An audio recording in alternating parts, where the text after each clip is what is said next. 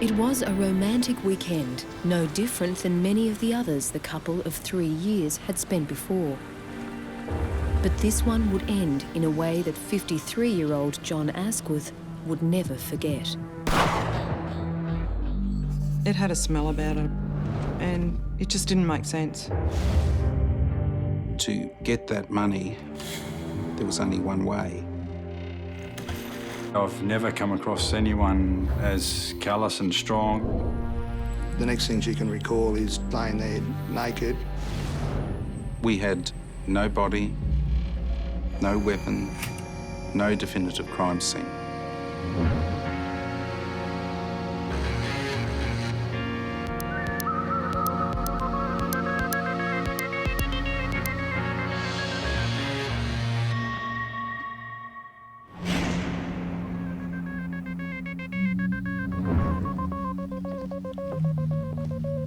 Today, when you hear the word piracy, you think of unauthorised use of copyrighted material. In this case, detectives were looking for pirates in the bays around Brisbane.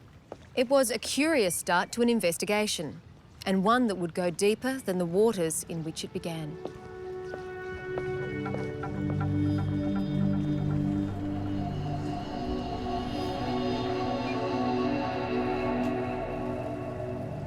Around about 3 o'clock in the morning, the air rescue boat got called out to an unknown medical emergency on board a boat somewhere in the bay. And it was pitch black.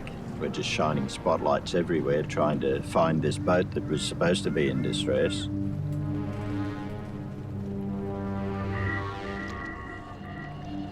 It took us about half an hour before we actually located it. The boat was in total darkness.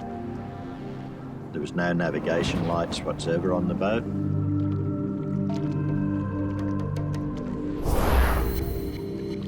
Then the lights caught a lady standing on the back of the boat. Hello, are you okay over there? The skipper called out to her and asked if she had a medical emergency on board. She replied yes. Hey, sweetie, what's been happening? I jumped over onto the Misty Blue and I asked her what had happened.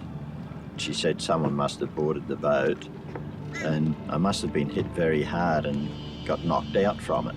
What's your name, darling? Patricia Byers. When I went down the steps into the cabin, I saw a man lying on the left-hand side on the bunk. There was quite a bit of blood around. The patient was fully conscious. I asked him what happened, and he said to me that someone had boarded the boat. He heard the female call out, and that's when he got a start, and he jumped up, and that's when he must have hit his head. Yeah, VKR, we've located Misty Blue. We have 2 injured persons on board, and we're about to take the vessel in tow. We'll be back at our base in approximately 15 minutes.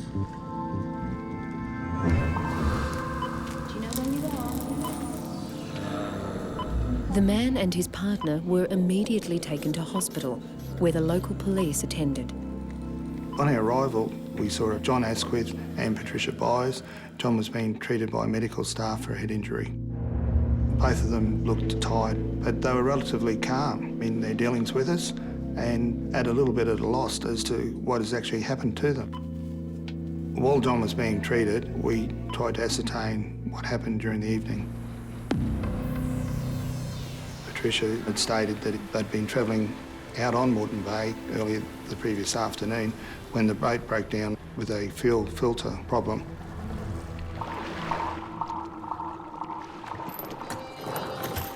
She decided that they'd anchor up in the channel and stay there the night. Looking good. It is. Almost as good as you. Oh, yeah. They had a romantic evening. They had dinner. They drank 2 bottles of wine, half a bottle of port. They both showered out on the back of the vessel in the nude and went to bed. Pat, wake up. The next thing she can recall is laying there naked, curled across the front of the boat. What's wrong? John with blood over his face, bending over asking if she was all right. They both then retired to the inside of the boat, at which time John has begun an hour and a half of calling for help over the radio. But it appeared John's wound was not a result of a bump to the head, but something more sinister. The doctor, he told me from his experience of treating injuries that it appeared to be a bullet wound. And we looked at John and at Patricia Byers, and they all but laughed off the idea as to how ridiculous is that. One would think that if a person was shot in the head, that you would know about it. When X-rays were carried out, metal fragments to a depth of 7 centimetres were found in John's skull. He had been shot, and detectives were brought in to find out who shot him and why. We then went to the PA hospital to speak with John and also to speak with Patricia in relation to what happened. We couldn't find Patricia, she wasn't at the hospital. So it was imperative for us at that time to find her. There was 2 scenarios. People had either got on the boat and assaulted her and shot John, or there had only been the 2 of them on the boat. Somebody must have had a firearm on that boat. Now, whether it was Patricia or John or other people, that's what we were trying to establish. Police were looking for Patricia Byers, the only witness they had to what may have occurred on the Misty Blue. She wasn't at the hospital, where an X-ray had just confirmed her partner had been shot. Nor was she at home. Once we got to the house, there was no one there, and in the meantime, we'd been contacted by the hospital that Patricia had turned up to see John. We spoke with Patricia, asked her what had happened. She told us a story that pirates had come on board and attacked John. She told us that he'd been shot in the head, or the pirates had shot him in the head. However, Patricia Byers had never mentioned this when she first spoke to the police. Her lack of such an important detail was an immediate concern. She was asked, was there any firearms on the boat? And she said no. She was then asked, did she have any firearms? And she replied yes, that she had 2 firearms at home and there was also one at the business. And we asked her if she'd be prepared to come back to her house, let us search the house for firearms. She took us through the house, basically, and showed us where the air rifle was. She then gave us a .22 rifle which had a scope on it. Okay. She was quite helpful and didn't appear to be worried in any way about the consequences of taking her weapons from her. She used to operate a fishing trawler and she used to use the firearms to shoot sharks, and also she had some pet parrots on their property, and cats used to come and attack the parrots and she used to shoot at cats. She also took them to the business that she and John operated, where another weapon, a 10-gauge shotgun, was confiscated. After collecting the firearms with Patricia, we asked her was she prepared to come back to the police station to be interviewed on audio and video. She said no, but she would talk to us off tape. We asked her was she prepared to undergo a test on her hands to establish whether she had fired a firearm recently or to eliminate her. This was purely voluntary for her, and she was not compelled to undergo that test in any way, and she declined to undergo that test. She also said that she just wanted to get back and see John at the hospital, so we then took her back. Meanwhile, the Misty Blue had become a crime scene. We've gone inside the cabin of the boat. The left-hand side, the port side, was where John had been laying. We noticed in the V section between the 2 bunks, there was a quantity of dried blood in the floor well. And on the right-hand side, the starboard side, there was the blood splash pattern and also splashed up on the cushion. And on an examination of the dried blood, we found small fragments of metal consistent with that of a splatter from a bullet, as well as on the wall of the bulkhead, which we took possession of for forensic examination. When these fragments, along with those from John's skull, were examined microscopically, they were found to be gilded. Because they had gilding material adhering to them, this would indicate that it's most likely a .22 calibre weapon which has fired this projectile. That firearm was recovered by detectives and brought to police for further examination.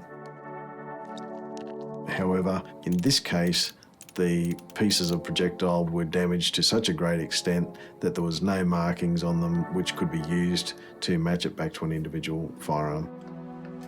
So Patricia's .22 calibre rifle with a telescopic lens could not be ruled in or ruled out.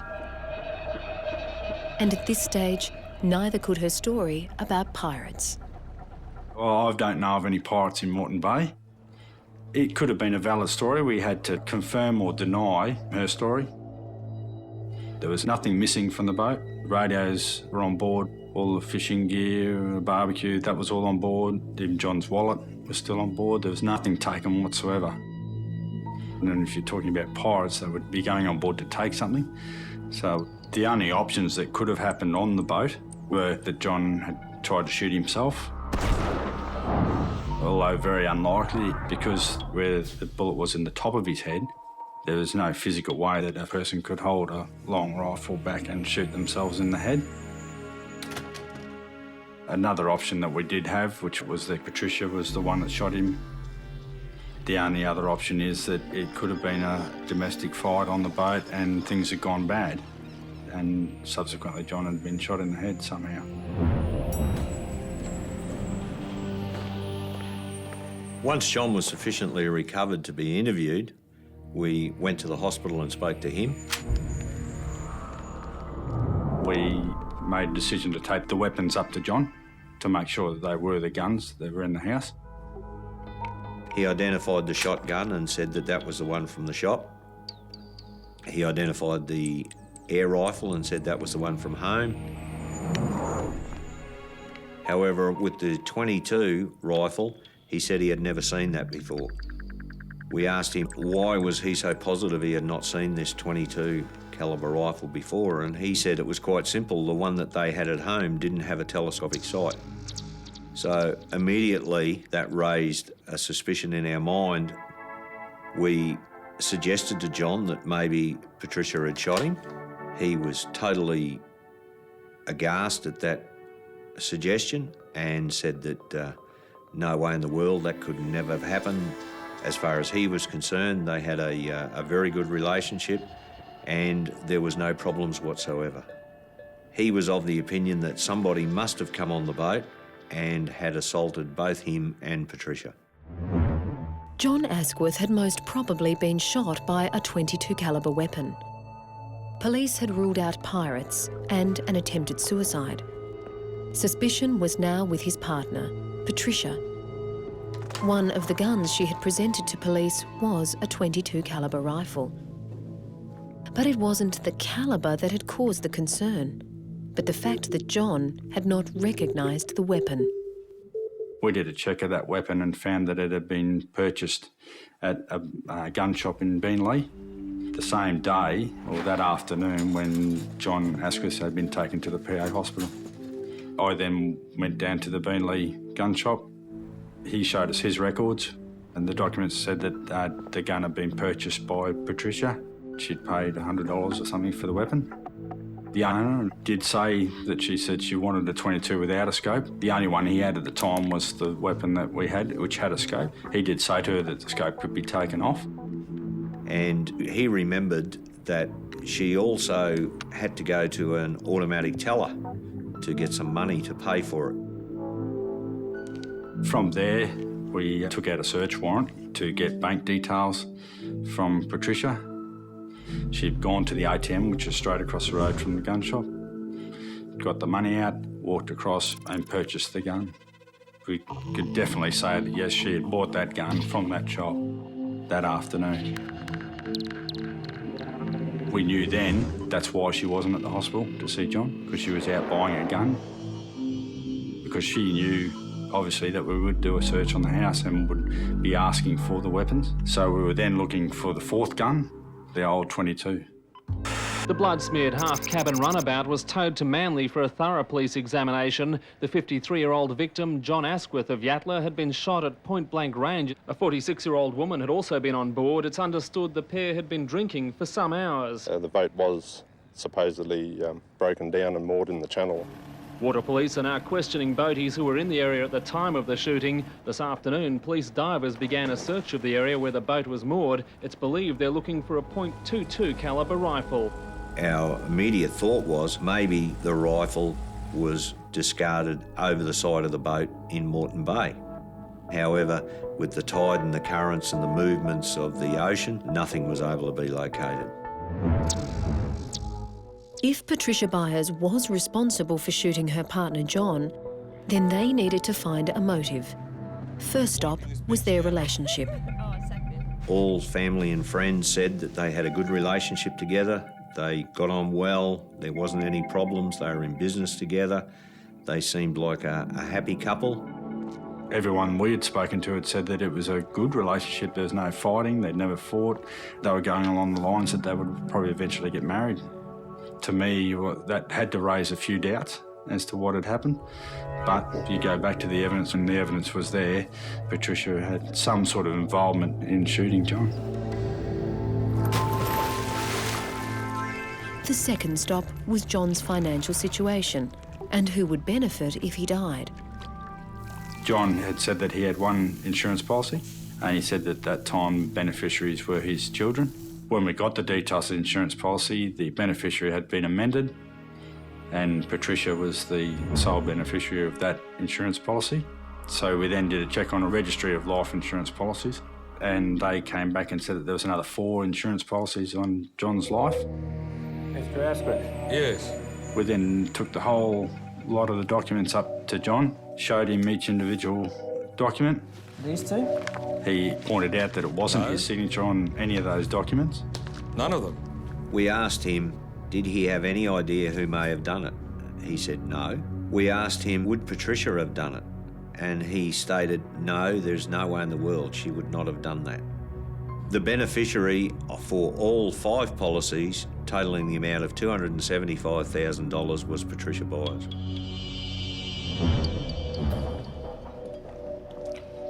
It appeared Patricia Byers had stood to gain financially if John had died on the night he was shot. But in order to build a case against her, the detectives would firstly need to prove the documents were indeed forgeries. In most cases, when a person commits the act of forgery, they try to reproduce what we call a pictorial representation of the genuine signature. When we compare the specimen signatures of John Asquith with the disputed insurance applications in his name, the first thing we see is there is some attempt at reproducing the pictorial likeness, those loops and whirls. But what they failed to do is to pay attention to the finite things that make up John Asquith's signature. That is, the fluency, the speed of writing, the complex formation of that particular signature, and the pressure of the pen onto the paper. All the disputed John Asquith signatures fall down in all those areas. They were not written by John Asquith, and I was satisfied that all those simulated forgeries had been written or forged by the one writer. And police believed that person was Patricia Byers. Not only were all the life insurance documents sent to the one mailbox address owned by her, but when detectives looked at the records at a medical centre where a checkup was required for one of the life insurance policies, the evidence kept building. There was no booking at all for John Asquith. The only booking that was in there was for a Joan Asquith. She had a blood test taken and was given the certificate. And their carbon copy in their receipt book was also made out to a Joan Asquith. It didn't take an expert to see that the documents sent to the insurance company had been altered. So we compiled a photo board with a photo of Patricia, showed this to the receptionist, and the receptionist identified Patricia as the person who went to the surgery on that day. While the detectives mounted a case of attempted murder, John Asquith continued to deny Patricia's involvement. That was about to change. He'd gone to his own doctor, said he was feeling sick. The doctor did a urine test and they found that he had a large quantity of Valium in his system. The circumstantial evidence against Patricia Byers was mounting, but police still hadn't been able to find the missing .22 caliber rifle they believed she used to shoot her partner. My son Ashley was fishing and he noticed a rifle butt, or a stock of a rifle. It's an unusual thing to find by the river, of course. And we heard about the shooting on the boat. We read about it in the paper the next day and we saw it on the TV, on the news. Putting two and two together, perhaps it might have had something to do with it. So we decided to hand it in to the police. The finding of the butt was significant. It was the sawn down part of a .22 caliber rifle. But it was the fact that those who found it lived right next door to Patricia Byers that made it such an incredible find. Well, I thought if the rifle stock was found there, and if she had sawn the gun down, that she may have thrown the barrel part in the back of the creek as well. I then made arrangements with our police divers, hopefully to try and find the barrel. I wasn't holding any high hopes. You want to turn around and turn the shot and move it out there.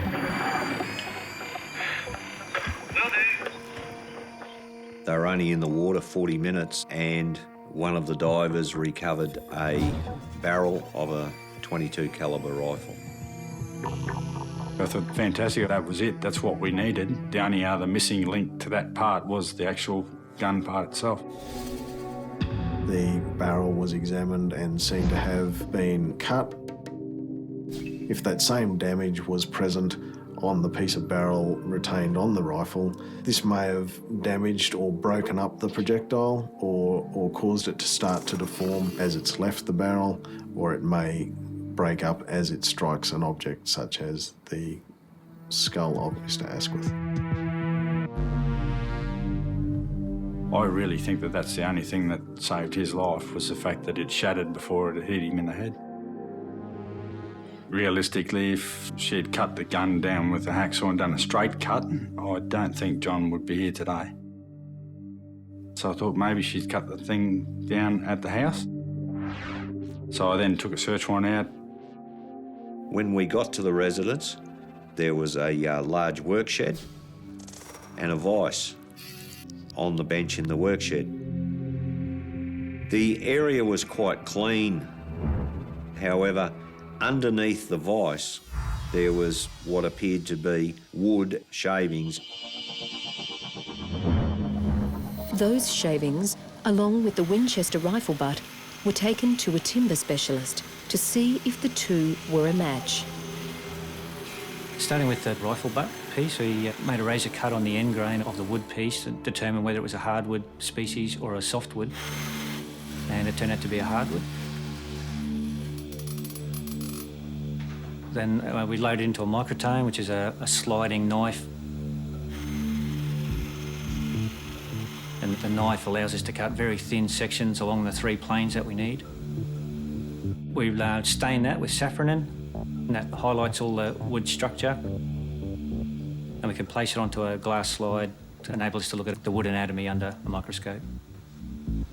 It's a bit like fingerprinting in a way. All species have a different arrangement of the anatomical features.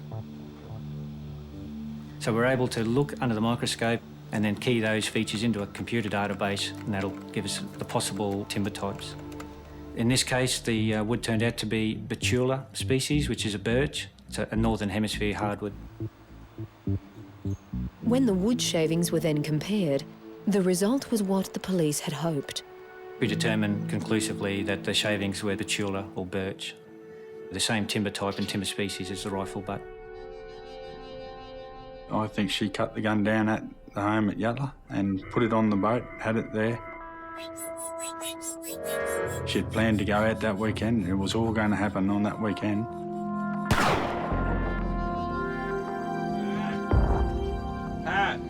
And the only thing that went wrong was that John didn't die. He just stayed alive, and I think that wrecked her whole plan. She was then charged with 1 attempted murder, grievous bodily harm with intent, unlawful wounding, and 11 counts of forgery and 11 counts of uttering a false document. With all the evidence presented to him, John Asquith still couldn't believe that the woman he loved had tried to kill him. But 2 months after she had been arrested and was out on bail awaiting her trial, John changed his mind. He felt really sick one day after Patricia had prepared him some lunch. And he said that he felt really drowsy and was bumping into things and couldn't stay awake. He said he'd gone to his own doctor, said he was feeling sick. The doctor did a urine test and they found that he had a large quantity of Valium in his system. He said that he was not on any medication and hadn't taken any medication since he left hospital. So she must have done it. She must have put something in his food. This realisation that John came to was like a bombshell to him. He just completely changed his attitude, and he realised that Patricia, the woman he had been living with and, in his opinion, had an absolutely wonderful relationship with, had been trying to kill him. However, as police were about to discover, John was not the only man to have fallen under Patricia Byers' spell.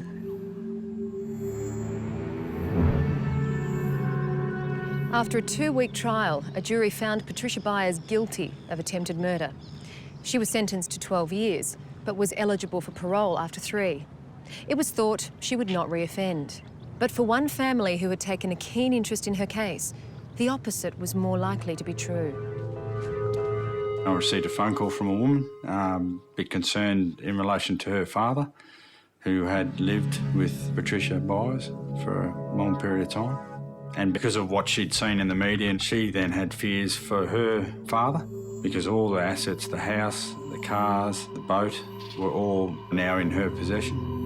I don't believe you're doing this to me. Patricia Byers and Carl Gottschens had been a couple for 8 years, until, as his daughters learned, he had apparently walked out on Patricia on the 6th of July, 1990.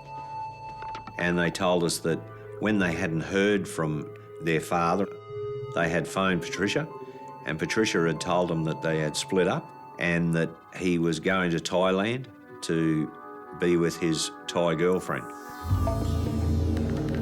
She appeared quite emotional about this, was crying and teary, and appeared to be very upset about the breakup.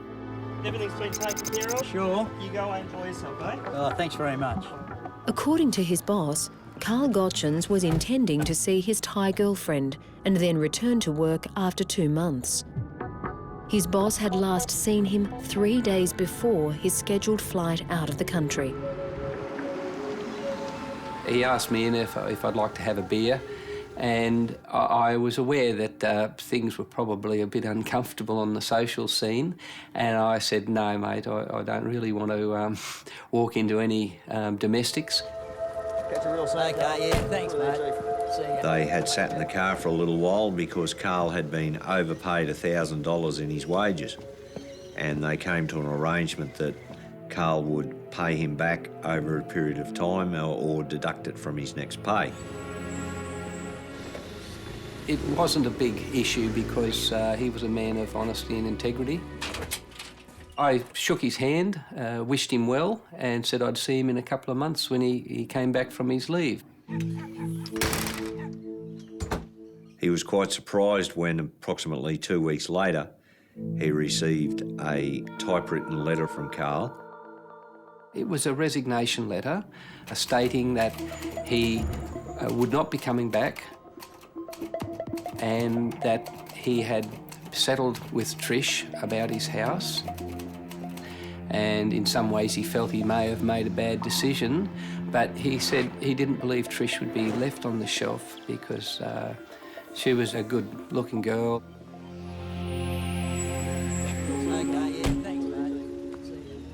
But there was no mention of the $1,000 Carl owed his employer. So his boss wrote back to him at the address Carl had requested all mail to go. His old place, now owned by Patricia. 3 months later, he received a cheque for the amount. At that point, I figured, well, all monies had been paid. Carl had made up his mind. We'd send his gear off, and that was the end of the matter. Our first step in trying to locate Mr. Gotchins was to try and confirm whether he had actually flown to Thailand on the date nominated. However, he never caught the plane.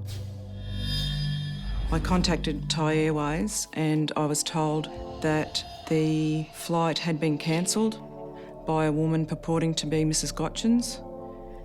She cancelled the flight and requested a refund. All our attempts to locate him were to no avail. The only hint that Carl was alive and well in Australia was the activity on his bank account and the purchase of a pergola for Patricia's place some 4 months after he had last been seen. So if he had signed that, he was obviously still in Australia and still had some contact with Patricia. Or alternatively, somebody had access to his American Express card and had forged his signature on the voucher for payment for the pergola. So I sent the letter of resignation from Carl and another letter with the ship logs, which had Carl's handwriting in it, to the document examination expert. The conclusion of the expert was that the signatures and the handwriting was not by Carl Gotchins. I also looked at what happened to Carl's assets, which included the house at Yatla, and found out that the house had been transferred to Patricia approximately 3 weeks after Carl had last been seen. On the transfer document, the signature of Carl Gotchins and the signature of the witness were forgeries. The only genuine signature was that of Patricia Byers. The American Express docket was also a forgery. I went and interviewed the proprietors of the pergola company. The salesperson told me that he had attended at the address at Yatla, where he had met a woman that introduced herself as Tricia Gotchins and signed the American Express voucher in front of him in the name of C.T. Gotchins. Now, from a forensic point of view, this was absolutely brilliant evidence. We could then use the signature that Paddy Byers forged on the Amex transaction as a benchmark and compare that with all the other forged signatures that we had on all these documents and conclude that whoever signed the Amex voucher was the author of all the other forged signatures. Police had circumstantial evidence, but they had no body, no crime scene, and no weapon. And their prime suspect was due out of jail in less than 18 months. Patricia Byers was the classic black widow. She had attempted to kill her partner, John Asquith, to obtain wealth. And now it appeared she had already had a practice run with her previous partner, Carl Gotchins. And while a body had still not been found, police and the prosecutor brought into the investigation knew they were looking at murder. Months before, about a year before, she'd secretly obtained a copy of his will. The signature that requested the will to be sent had been proved to be a forgery. And she knew that she had to share that house, those assets, with the daughters. So she wasn't going to get everything. And she knew that Carl had started up a relationship with a new woman in Thailand. She knew that he was going to be leaving her. She knew that she was going to lose the house. She was going to be left with nothing. So the night that Carl walked through that front door, he disappeared off the face of the earth.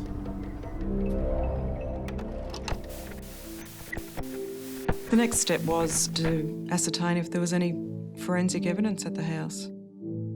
By the time I did the search warrant, 6 years had passed since Carl had last been seen. And I found a diary relating to 1990. And on the 6th of July, there was an entry. Carl left, dropped him in the city. And on that same day, a new bed was delivered. The bed just seemed strange.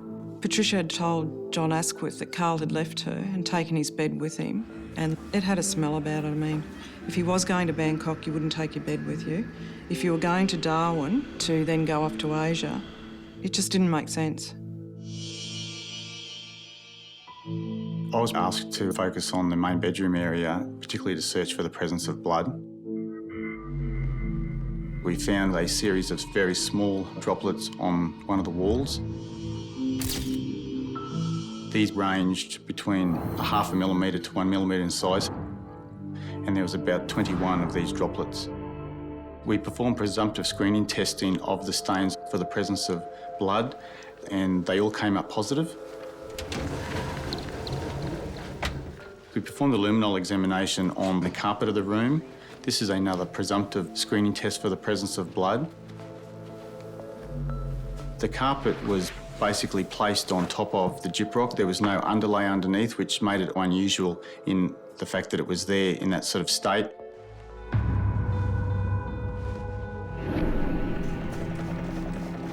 And what we obtained was a whole area of positive reactions on the timber chipboard floor under the carpet. Once we turned the lights back on and had a look at to see where these fluorescent reactions were occurring, there seemed to be areas of dark staining that married up with where the fluorescence was occurring. A DNA profile was created from the bloodstains and compared to the DNA from Carl Gotchen's daughters. While it couldn't be confirmed, the blood in the room was consistent with coming from the father of those daughters. The pattern of the blood spatter was also of great interest. Due to their size, it can infer that they were deposited as a result of a strong force being applied to a source of blood. Something such as blunt force trauma, or it could be from a gunshot wound. Gunshot wounds typically cause what's called high velocity blood splash, and that type of staining is very small, almost mist-like blood stains. These were very small, so it certainly couldn't be eliminated. Or it could be something as mundane as sneezing or coughing with blood in your mouth or nose. The bedroom had all the hallmarks of being the likely place of where Carl Gotchens was actually killed. Couldn't say it with certainty, but it certainly looked like it. Obviously, the case would be significantly strengthened if we could find the body of Carl Gotchens.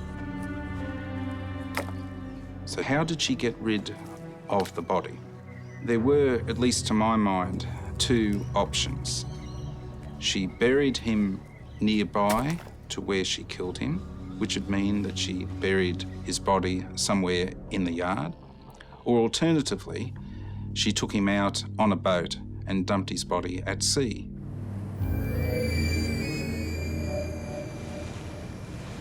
When John Asquith commenced his relationship with Patricia, the house at Yatala was still in the process of being finished. So I interviewed him about when different things had happened to try and identify if something had occurred where a body could be concealed around the time that Carl went missing. From everything he told me, a likely place was the garden shed that he thought had been constructed about the time Carl disappeared. The shed was dismantled and the area below was excavated by the backhoe. I had hoped that we would find Carl's remains, but there was nothing found. We had no body, no weapon, no definitive crime scene.